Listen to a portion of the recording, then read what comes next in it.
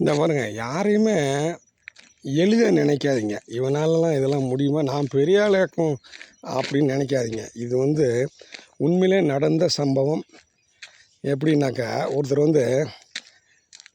ஒரு பதவி, பெரிய பதவி. ஹெச்ஓடின்றது ஒரு பெரிய ஹெட் ஆஃப் தி டிபார்ட்மெண்ட் அப்படின்னா ஒரு பெரிய பதவி.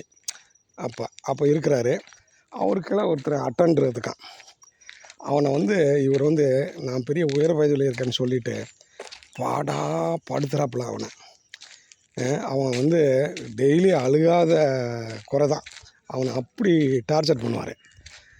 ஒரு மனுஷன் மோசமான மனுஷன் அப்படி இப்படின்னு அவன் எல்லாத்துக்கும் சொல்லி புலம்புறான். என்ன இப்படி பண்ணுறாரு அப்படி பண்ணுறாரு அப்படின்னு சொல்லிட்டு. இப்போ கதை கொஞ்ச நாளில் மாறுது. இப்போ அவர் ஒரு 7-8 வருஷம் சர்வீஸ் பண்ணுறாரு. அந்த ஹெச்ஓடி பீரியட் முடிஞ்சு அவர் ப்ரொஃபஸர் ஆகி பிறகு ரிட்டைர்மெண்ட் ஸ்டேஜுக்கு வந்துட்டார். இப்போ இந்த அட்டெண்டராக இருந்தான் பாருங்கள், நல்லா கவனிங்க. இந்த அட்டெண்டராக இருந்தவன் கொஞ்சம் கொஞ்சமாக ப்ரொமோஷன் ஆகி சூப்பரண்டாக போய் அது இதுன்னு போயிட்டு இப்போ அவன் பென்ஷன் பார்க்குற அந்த முக்கியமான பதவிக்கு போயிட்டான். இப்போ இவர் ரிட்டைர்மெண்ட் ஆகி, இல்லை ஹெச்ஓடி இருந்தார்ல, இவர் டார்ச்சர் பண்ணார்ல, இவர் ரிட்டைர்மெண்ட் ஆகி அந்த ஃபைல் அவங்ககிட்ட போகுது. அந்த அட்டெண்டாக பென்ஷன் பார்க்குற ஆளாக போயிட்டான்ல, அந்த சூப்பரண்டாக போனான்ல, அப்போ அந்த பதவியில் இருக்கிறப்போ அங்கே போகுது ஃபைலு.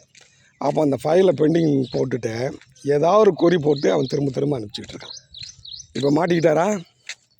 அதனால் ஒரு சிறு துரும்ப கூட நான் இது உதவாது, நான் பெரிய ஆள் சின்ன ஆள் அப்படின்னு சொல்லக்கூடாது. அவன் கடைசியில் பார்த்தா இவர் போய் எங்கெங்கேயோ சொல்லி பார்த்துறான். அவன் திடீர்னு மெடிக்கல் லீவ் 1 மாதம் போட்டு போயிட்டான். இவர் அலைய விடணும்னே அவனுக்கு பர்பஸ். ஏன்னா இவனை அந்த மாதிரி டார்ச்சர் பண்ணார். இப்போ போச்சா? அதுதான் நீங்கள் யாரையுமே அந்த பதவியில் இருக்கும்போது, ஒரு இதில் இருக்கும்போது ரொம்ப இதுவாக நினச்சிங்கன்னாக்கா, அது நாளைக்கு அவன் பெரிய மலையாக உங்களுக்கு பிரச்சனை பண்ணிட்டு பிறகு அது பிறகு இப்போ வாங்கியாச்சு. ஆனால் அதுக்கு பிறகு அவர் நம்மக்கிட்ட புலம்புற மாதிரி ஆகிப்போச்சு. இந்த மாதிரி ஆகிப்போச்சு. அதனால் நான் அப்போ அவனை டார்ச்சர் பண்ணல. என் டியூட்டி நான் ஒழுங்காக செய்யணுன்ட்டு நான் அவனை பணித்தேன்.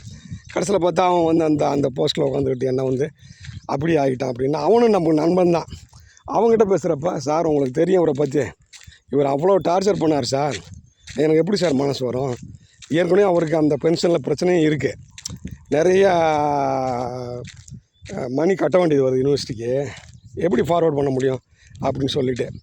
அதனால் இருந்தால் கூட ஒரு மேக்கப் அவனால் பண்ண முடியும். சில விஷயங்களை ஃபார்வேர்ட் பண்ணலாம். பண்ணால் இப்போ வித்துகளில் வச்சுட்டானே.